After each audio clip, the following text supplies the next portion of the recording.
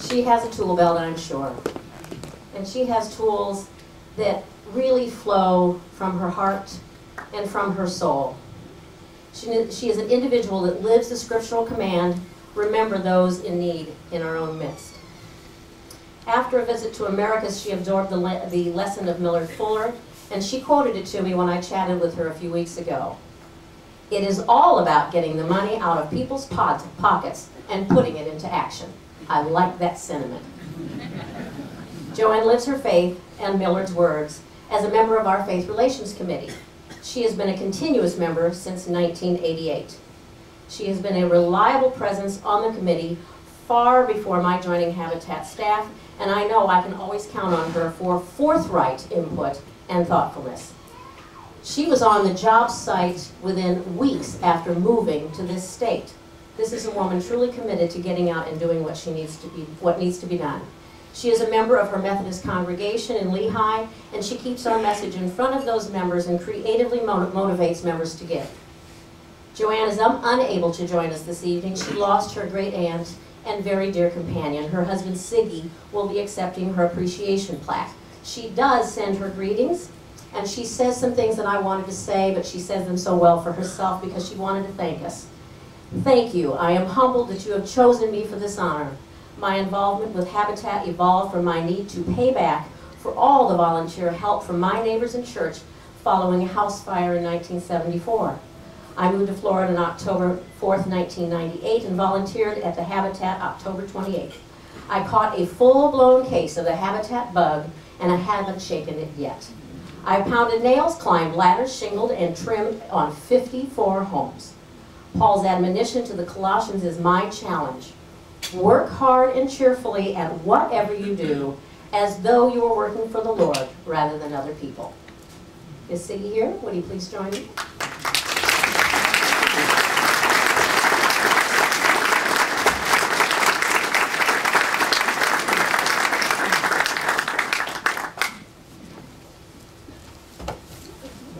Thank you for coming and doing this for your wife. Thank you very much. Please tell her we miss her, but we understand her commitments. Thank you, sir.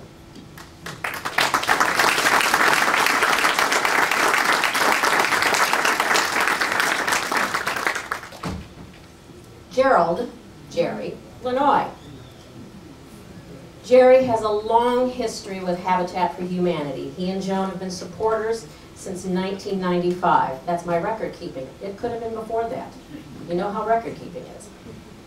In 2003, he took his message and mailed an appeal letter to Pelican Landing residents requesting the community sponsor a home. In addition to assuming the role of fundraiser, Jerry recruited nail pounders, coordinated the work schedule, and works on the job sites.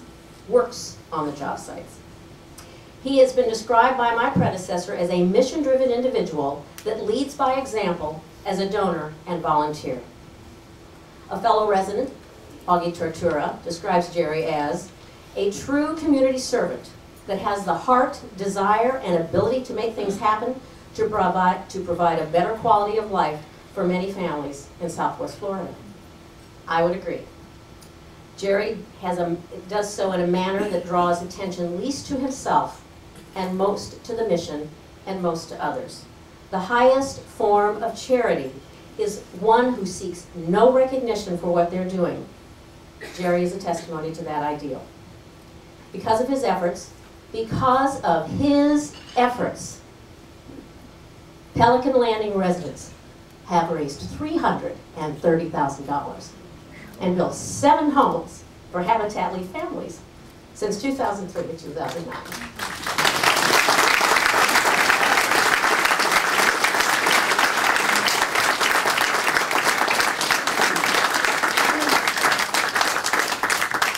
At the end of the house raising season last year, Jerry and I had coffee, and he said to me, Karen, I'm going to step aside as the chief bottle washer at Pelican Landing, and I'm going to recruit a group of people to replace me. And being the true leader that he is, and he says, and I'll continue as part of that group. And it took 10 people to figure out how to do what Mr. Lanoy has been doing. He's a true professional. I'm sorry, I lost my place. I got a little emotional there. Augie Tortura Charlie Spinner, Roy Burton, and Ted Smith, none of who could be here tonight, said they would really like me to read this statement. Pelican Landing wishes you congratulations on recognition, well deserved. You led the charge for 7 years, building 7 homes. Thank you for your significant contribution. You have been a great leader.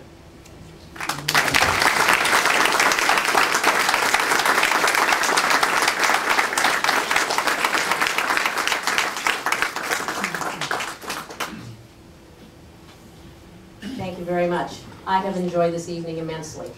I think we have some other business to do, so I'll pass the mic back to Terry. She is the Vice President of Volunteers. Many of you, of course, know her very well.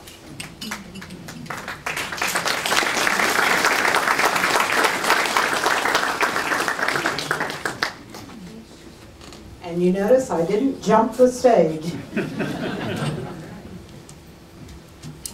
I can't go out to lunch with you today. I'm going to Habitat to help with the bulk mailing. I golf on Tuesday because I volunteer with Habitat on Wednesday, Thursday, and Friday. I'll take those items to the Habitat thrift store for you when I go on Tuesday. The month of February will be a very busy month for me. I'm helping with a major fundraiser for Habitat. These are just a few of the comments that I imagine that have been spoken by our volunteers.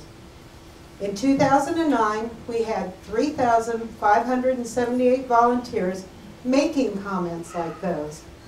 They donated 33,879 hours of their time.